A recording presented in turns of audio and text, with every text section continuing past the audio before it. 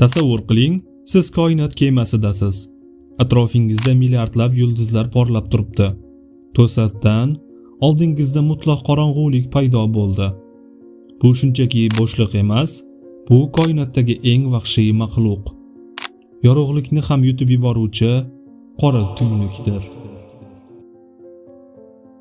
Xo'sh, uning ichiga tushib ketsangiz nima bo'ladi? Sizni o'lim kutmoqdami yoki boshqa dunyoga o'tish yo'limi?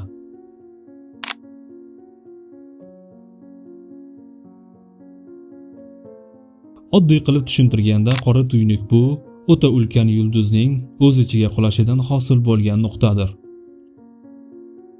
U shunchalik zichki, tasavvur qiling, butun bir yer sharini bitta tennis to'pi ichiga joylashtirsa, qanday og'irlik hosil bo'lgan bo'lardi. Mana shu kuchli tortishish kuchi tufayli hatto soniyasiga 300 ming kilometr tezlikda uchadigan yorug'lik ham u yerdan qochib qutula olmaydi.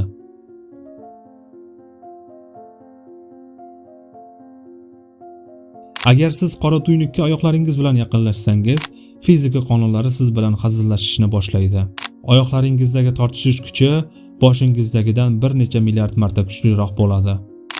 Natijada tanangiz xuddi spagetti kabi ingichka ip bo'lib cho'zilib ketadi. Olimlar buni rasman spagettifikatsiya deb atashadi. Bu dahshatli tuyulishi mumkin, lekin eng qizig'i hali oldinda.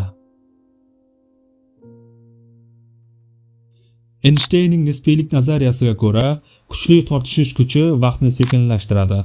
Agar siz qora tuynuk ichida atigi 5 daqiqa tursangiz va mo'jiza tufayli ortga qaytsangiz, yerda yuzlab, balki minglab yillar o'tib ketgan bo'ladi.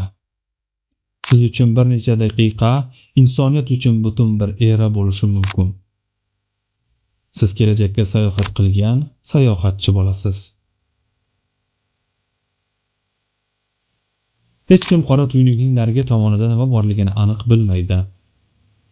Ba'zi olimlar u yerda boshqa koinotga ochiladigan eshik bor desa, boshqalari hamma narsa yo'q bo'lib ketishiga ishonadi.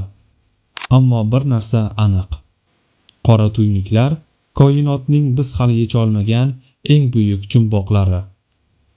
Siz nima deb o'ylaysiz? Qora tuynuk ichida nima bor? O'z fikringizni izohlarda yozib qoldiring.